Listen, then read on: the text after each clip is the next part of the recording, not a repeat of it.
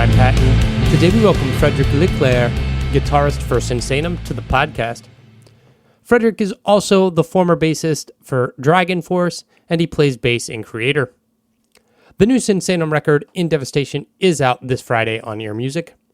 Frederic talks about not wanting to be known as just a power metal bassist and how that led to the idea of writing heavier songs, his relationship with Joey Jordinson and how that was the catalyst for Sinsaenum, channeling pain into something more joyful on In Devastation, being a part of Kreator and their legacy, and a lot more.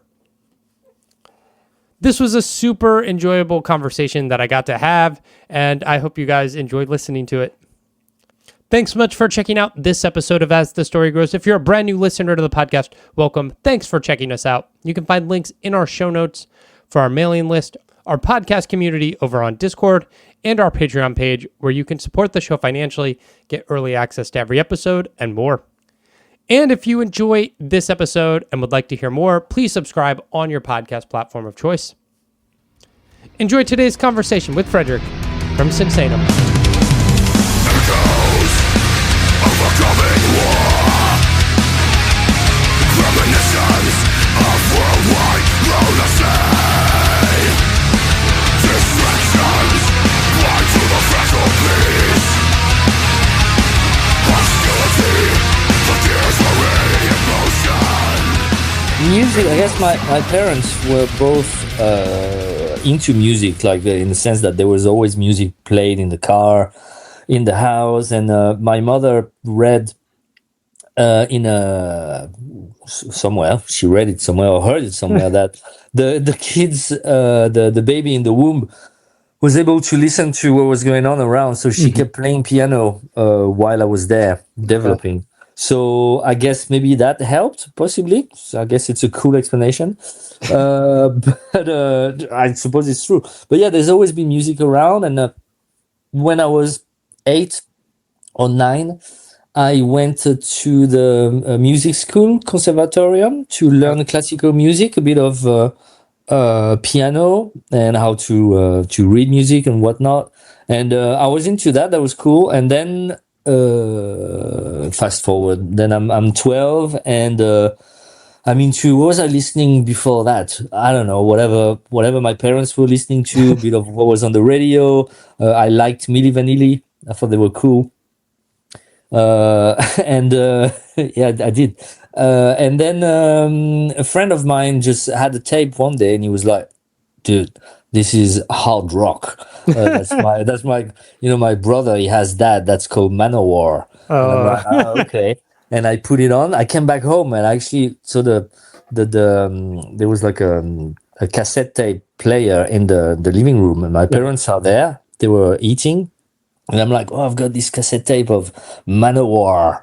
And I put it on, and it was like the first song of the album Kings of Metal. It was Wheels of Fire. Yeah. And I just went like, I don't know, like a fireworks, explosions, like it's like the high pitched vocals, and it was like, it's a quite intense song, like like brutal for the first.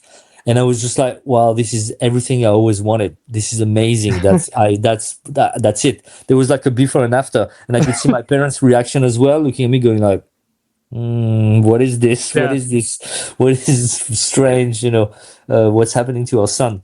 And since then, I've not stopped listening to heavy metal. So thank you, Joey. Yeah. That's awesome. I have two questions to spin off out of that, but I'll start with because you have this kind of classical musical training and background.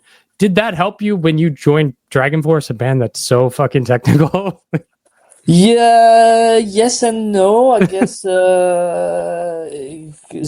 one was reading music, or it's not necessary to read music. Okay. I guess to me though, it helped me develop my ears in a sense of like harmonies and whatnot. So I wouldn't say it helped when I joined the band. Well, I mean everything. I was in the band before. That's how I met the guys from Dragon Force. Yeah. So to be in that band before, I was doing some like of the harmonies of the choirs, but I guess also so I guess it's snowballing effect of Yeah. like one thing leading to another. But in a nutshell, no, it's not because I was able to I'm still able, but like very badly, to read music. Yeah. That's not the reason why I joined Dragon Force. Okay. Okay. No. But I guess I guess I joined Dragon Force because I wasn't too bad, and they were like, oh, okay, he's not too bad. So, Yeah. Yeah. yeah. Yes, that's that. It worked out for a little while. Yeah. Yeah. And then I guess as you're getting into metal, what's the scene like in France at the time? Like, was there a good metal scene? Was it up and coming? I know. No, wasn't really. I mean, there was like bands, but it's never been like. It's not really a rock country. It's getting better now, but I guess then again, not. It's not a rock country. It's like we are like Italy and Spain, and it's just like it used to be like more disco, whatever, like Euro dance or whatever that is. I think like the most. France is like mostly hip hop. I think I saw that somewhere. There was like a map of the world. I saw that recently, and like the most listened to genre per country. So Finland, yeah, heavy metal, and I think for us it's hip hop. So whatever, it's not. So there were some bands. One of them is Loud Blast, which I'm playing with nowadays. So that was more like underground, like death metal and whatnot. Certain success. But not. It's not like when I went to the US the first time, or one of the first tours I did there. I was like at a gas station somewhere, like a truck stop, in the morning, and I was like in the toilets, and they were playing Power Slave, the song Power Slave, and I was just like, wow, okay, it's a different country. So you guys like you have Metallica. Metallica comes from the US. You have Metallica playing, in a pub, or like not in a pub, sorry, in a like I don't know, Hooters or something, and people are going like, yeah, fuck yeah, you know what I mean? Like you have that culture in you. We don't have that. No one really plays. I guess you guys would think Gojira. No one really plays Gojira in a bar, and people are going like, yeah, it's not that. So no, there was like some bands, and with that being said, I started listening in 1990, and I guess in 91 that's when actually a lot of people were listening to rock and hard rock, because you had like the Black Album, Use Your Illusion 1 and 2, and Nirvana, Smell Like Teen Spirits. All of that came out, so that was getting a bit more attention on the mainstream, so to speak. But as far as the French scene, not really. No. That was a very long answer to just no. Yeah. No. But this is an audio format that only works if someone's willing to say more than no. Because some people would be like no, and I'm like, God damn, why? Well, let's see how I do with the next question then. Yeah. Well, if it's not a good metal scene, was it difficult for you to kind of find people to form bands with? No. That's yeah. Well, I mean, it all started like in a hometown kind of thing. Like first you need to be able to play a song yourself, and then you see a friend and just like, oh, you have a guitar, me too, let's jam some Metallica songs and play them very badly. Fuck yeah. So we did that. Then another friend, he was like a better guitarist, and he was like, how about we play some Maiden together, let's do some harmonies.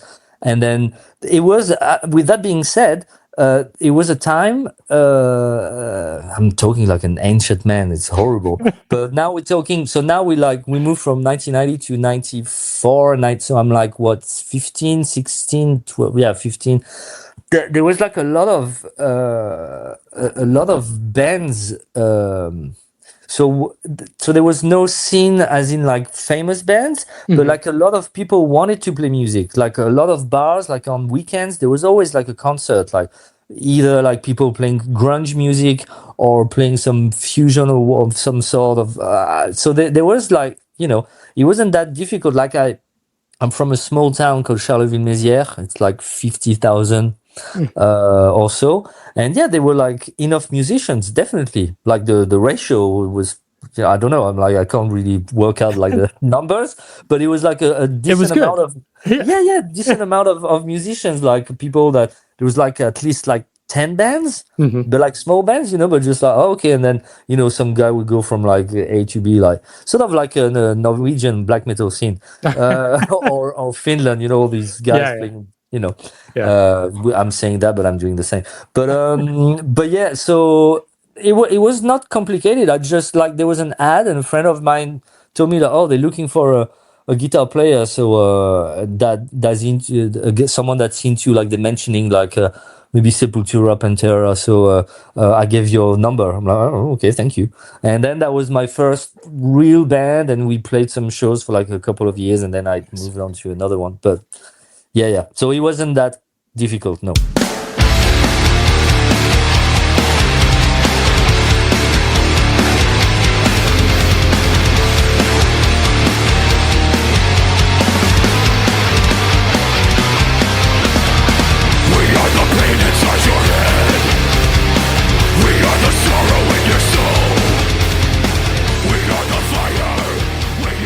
Sinsaenum. There's no Sinsaenum.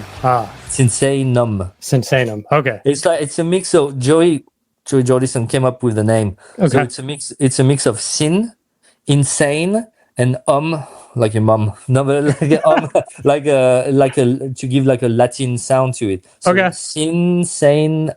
Okay. Easy that way. Now you can fuck it up. Sinsaenum. All right. Yeah, exactly. Sinsaenum. Yeah. Well, how did you compile this project together? I know this kind of came out of you were writing heavier stuff than Dragon Force was playing. Is that correct? Yeah, I wanted to. That's the kind of music I always wanted to play for a long time. Like the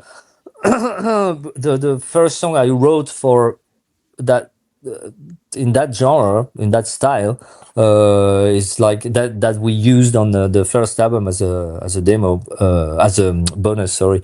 I had written that song in '98, so that's something I wanted to do, but it's just like, life is lifing. So I joined a power metal band that led me to join another power metal band, Dragon Force.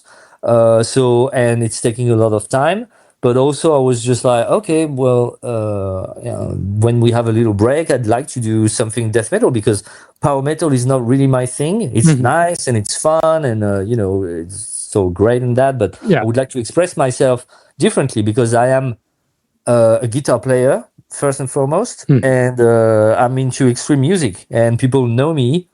Not that they know me; it doesn't matter. I don't care what they think, but I'm being seen as a bass player in a power metal band. So I'm like, let's get that fucking straight.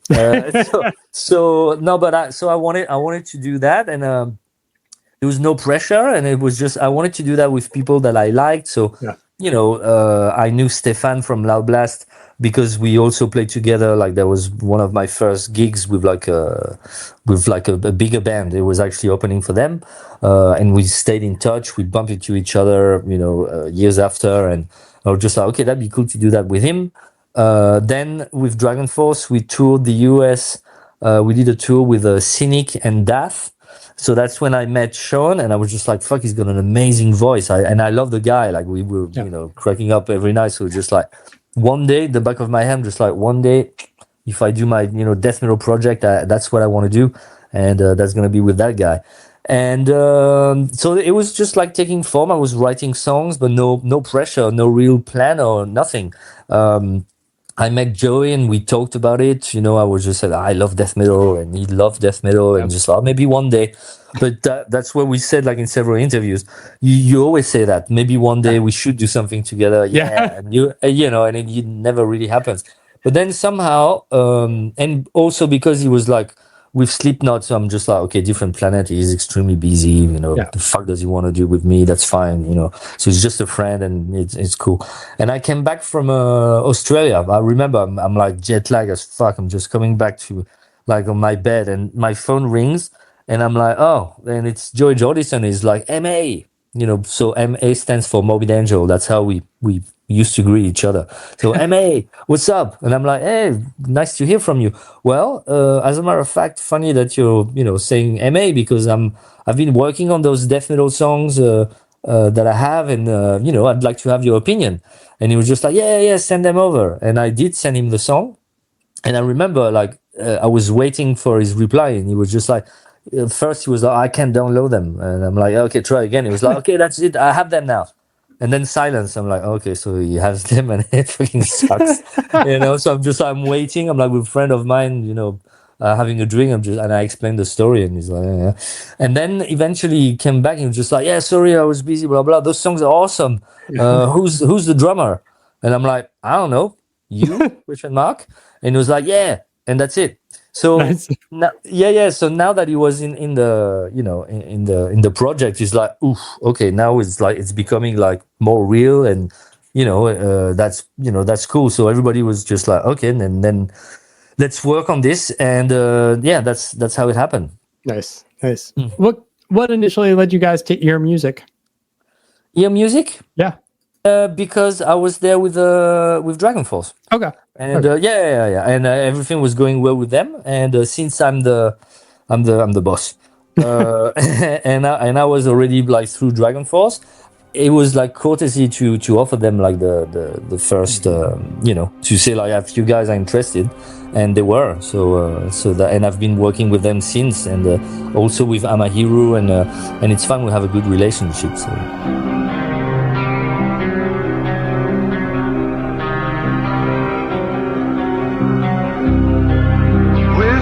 Autonomy in cranial seclusion. The psyche is thinning edges free. This real of fantasy. This new album, In Devastation, obviously comes off the heels of a global pandemic, the death of Joey. I think your father passed away. Outside of just like all of that building up, was there a reason for the time, I think between 2018 and 2020, for the band not doing any new material? Or was it just like the pandemic hit at a time when you would be writing and then tragedy strikes? Yeah, I mean, it was a mix of everything. Because like I said, 2013, that's when Joey was like on board. Then 2013, end of 2013, he's not with Slipknot anymore, so he's got a bit more time. So I think I had to finish the song, because all the song, that's nice when you have like no pressure, nothing to do. You just like write songs and you send them, and it's just like there's like 2 verses and 1 chorus and whatever. Yeah. So I had like all of a sudden I'm just like, fuck, I need to finish all of that, and I had in mind I wanted to have this. Like all these interludes, like linking the songs together. So I'm like, so I had to work on this in 2014 and 15. In between, also touring with Dragon Force and working on an album. The album came out in 2016, so that was like a lot of pressure building that up. Then we get like a good reaction from fans and new fans, a crowd and medias and whatnot. So we're like, maybe we should go on tour. But we couldn't because of like Joey's management, because they were, he was still tied up with like Roadrunner and with Vimic. And so it was all complicated. So I'm like, all right.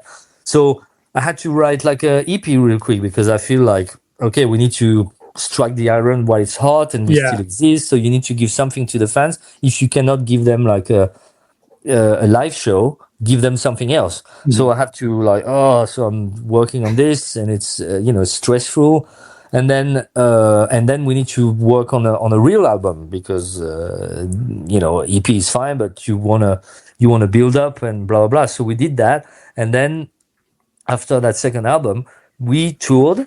And it was great. It was successful in places, not so successful in other places. And I was just like, I finished the 2 months of touring, nearly 2 months, and I'm like, okay, now I a little break. Yeah. I also had to work on Amahiru, on Dragon Force, and I joined Kreator. So I was like, I'm like, okay, I'm gonna take my time. There's no pressure.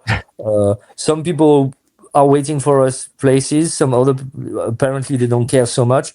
I don't care either. I've got nothing to prove. I'm just gonna write music when I feel this is coming back. So I actually started writing some stuff in 2019, like a good portion of the album, but like I said, no pressure, no one to please but myself, and we were like going back and forth with Sean, just like, yeah, we, you know, trying out some certain things and whatnot. And then pandemic, when we were supposed to go on tour with Kreator. Yeah, so pandemic, then we started to work on a new album with Kreator. Then my father passed away. That left me like flat, like zero, no will to make music, whatever. So it was good that Kreator was happening because I was not like in the driver seat. So I was just like, you know, yeah, take me somewhere. I don't. Yeah, and less than a year after Joey passed away. So that's a little heavy. And then we talked about it with the guys in the band. Obviously, we all called each other, you know, like talking about memories and ha ha ha. And we all agreed that, yeah, we need to carry on and like the album would be dedicated to him. And to me, it was just like, well, it has to also be dedicated to my father because, you know, that's what's impacting me. It's not like a competition, but obviously, you know, it's my father. You know, so with that being said, I guess it's just like sort of like forced me to go back into this and just like, okay, let's go in the driver's seat and, you know, try to make something out of this. So then we decided to work with Andre, the drum tech. So it stayed in the family. We had to wait a little bit for him because there's certain techniques that he was not mastering, and I was just like, I'm fine with that. I'd rather stay with you because you're part of the family rather than get someone amazing but like external to the whole thing. So he actually spent a lot of time locked in his studio, just like, you know, mastering like blast beats and whatnot. Which is cool. I mean, I thought like I felt like I was just as good as the guys from Def Leppard. You know, when they waited for Rick Allen when he lost his arm. You know, I always thought that was like a nice story. But this is like almost kind of the same. You know, we're just like you take your time to be where you want to be, and this is cool. And so we did that, and then again I was busy with Kreator, lots of touring, and since that happened to my I lost my father. Like you know. You have you lack of enthusiasm sometimes with music, just like that's not, you know, it's not as important as what is important, what really matters in life. Life is short, so you have all these questions and midlife crisis and whatnot. So it really took a long time to finish the album, and here we are. And I completely forgot your question actually. I think you got it. No, my dad died in 2019, and it gets you. Condolences. It's terrible. It is. You never the same after that, and it takes one to, you know, we understand each other. And before that, like I would have like people losing their parents and they're telling me, and you feel sad. You truly feel sad, but you don't know what it is. You know, and then when it happens to you, you go like, okay, I get it now. You know, so that's where we are, my friend. That's life. Who did the album artwork? The album artwork, Travis Smith, who Joey introduced me to him for Repulsion for Humanity, and he had been working for Scar de Martyr, and also Travis he's done Death, the Sound of Perseverance. He's done Nevermore, Opeth, Avenged Sevenfold. So he's done a lot of cool stuff. And for this album, so again, like the same process as, you know, keeping in the family, I was just like, okay, well, for the cover, since I was in that sort of like spirit of like, you know, I was just like, it makes sense then to ask Travis because, you know, Joey, the connection was there. So I contacted him and I said, do you have anything, you know, do you have anything already existing? The album will be called In Devastation. And he sent me like 3 or 4, and he said, yeah, some of them like Joey really liked. I'm like, oh, okay, cool. You know, it's a it's nice to know. And there was like 2 that caught my attention. The first one was something he wanted to use for Slayer for something. So it was like, it looked like Devastation, like very how can I say? Well, yeah, like brutal and fire and like monsters and that looked really cool.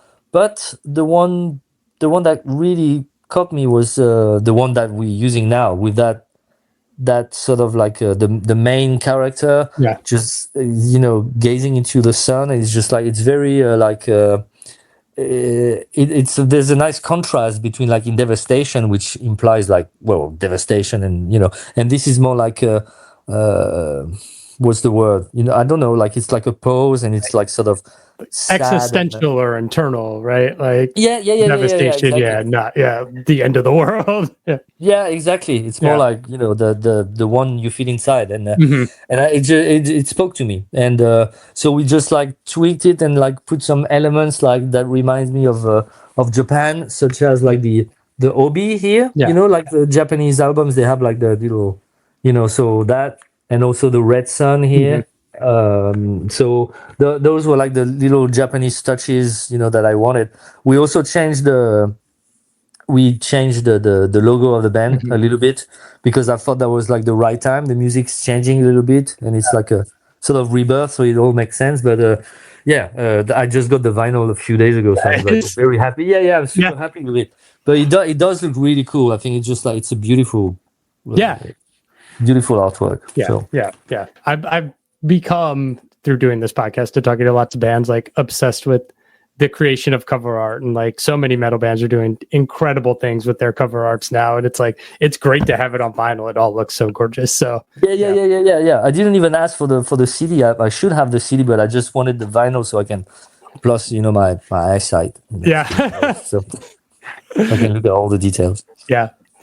Album's out August 8th. Obviously, you've been busy. You're playing, still in Kreator. You're got lots of things going on. What's the plan? Do you hope to tour? Is there a tour planned for this, or is it just like you're happy to finally get this music out and this tribute out to Joey and your father? Bit of both. I'm happy to have it out finally.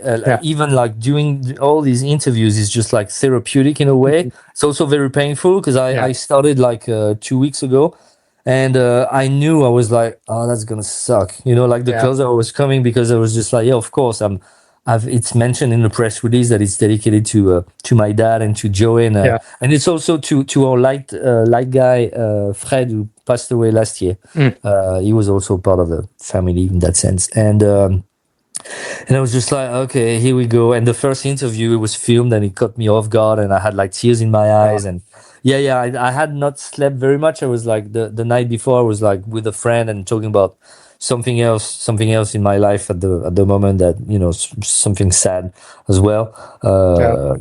So I was like, okay, here we go. So lack of sleep, and so the whole day I was like, watery eyes, and now it's getting better. So actually, when the album is out, at least I don't have to talk about it anymore.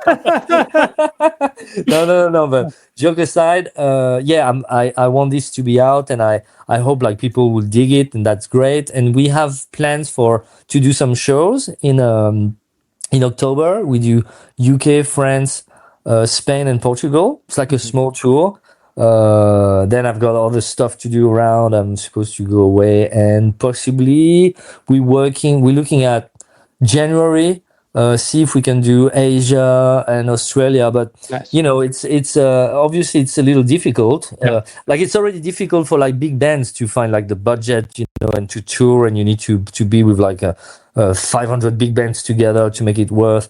So for us, for Sinsaenum, starting not from scratch, but like close to, it's a little difficult. I would love to be able to travel as much as I do with Kreator, but not only time is, but that's always like, you can always find a way. But it's just like a matter of also budget, and like depends. It's very hard to gauge right now. So when we booked that tour for October, we had to book it before anything was released, before any press release, before any none of that. So it's just like, hi. This is us. We disappeared for 7 years. There's a new album coming out. Can we listen? No. Who's on drums? We'll tell you later. Find us some gigs. So so you do as you can. Yeah. Now we'll see once the album is out. If people like it, then maybe I would love to come to the US to with Yeah. Sinsaenum. But if I don't, then I will come with Kreator anyway. So I'm sorted. Yeah. Selfish, a very selfish way. I'm Yeah. good. Yeah. Yeah. But yeah. Yeah. So we'll see.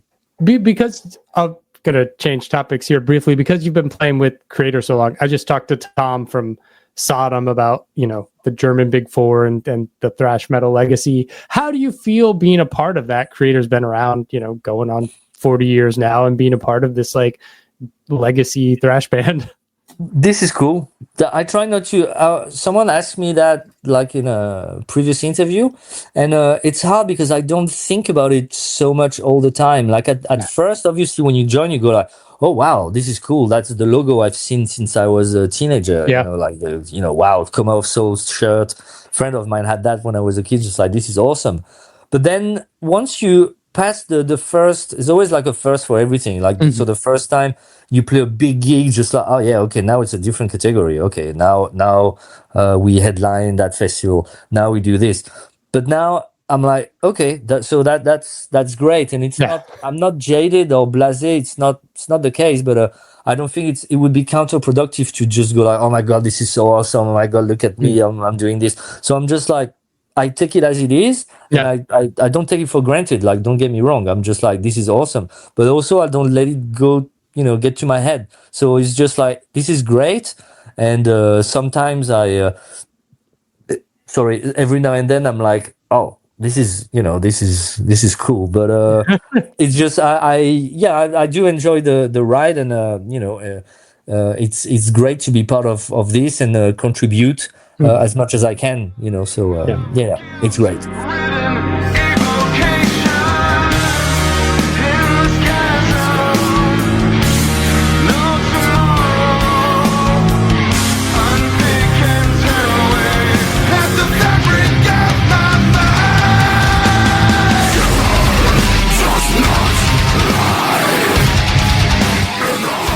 It's an awesome album and it's an awesome band. No. Agreed. Well, yeah. No. Well, I hope people. Believe me. I mean, I'm in a better place. That you would have done this interview 2 weeks ago. It would have been like miserable talking about all of that. Now I'm back to my old self. Yeah. The entertainer. No. No. I think I'm very happy with the way it came out, and I think, even though it's presented as, because that's what it is, and it's also who I am now, like, grieving still, and the album is a reflection of that.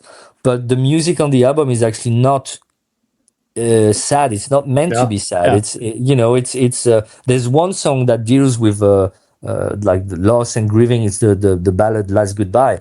But the rest is like very in your face, catchy, melodic at times. There's also like lots of wicked, like, so there's more to that. And if people can, I mean, it doesn't matter, but I just don't want people to think that it's just it's not My Dying Bride or anything. Yeah. And I love those bands, but this is that would be the wrong way of. Luckily, the first song that we put out is In Devastation, and I guess it gives like that's more what the album is about. So it's about like it's straightforward, aggressive, groovy at times, and whatnot. So I hope people like it. If they don't, fuck them. But I hope they do like it, and I hope I get to play in the US someday with Sinsaenum. Yeah. Musically, it's a lot more fun than an album posited as like a tribute record, you think. But it's way more upbeat than just like unrelenting sad death metal. No. I mean, but there's elements of that, of course, and we've not. That's the problem, because not mentioning it would also be not fair, because I think the album it is like truly dedicated to them, and therefore it's sad. But see it maybe as a Back in Black. Back in Black is like actually it was dedicated to Bon Scott, and it was like a new start, and it's sad, but at the same time the songs are fucking catchy and straightforward. So that's it is like a Back in Black in a sense. So Awesome. Yeah. Except Back in Black is really fucking amazing. So don't like people are just gonna, oh my god, yeah, no, that's not what I meant. But you know what I meant.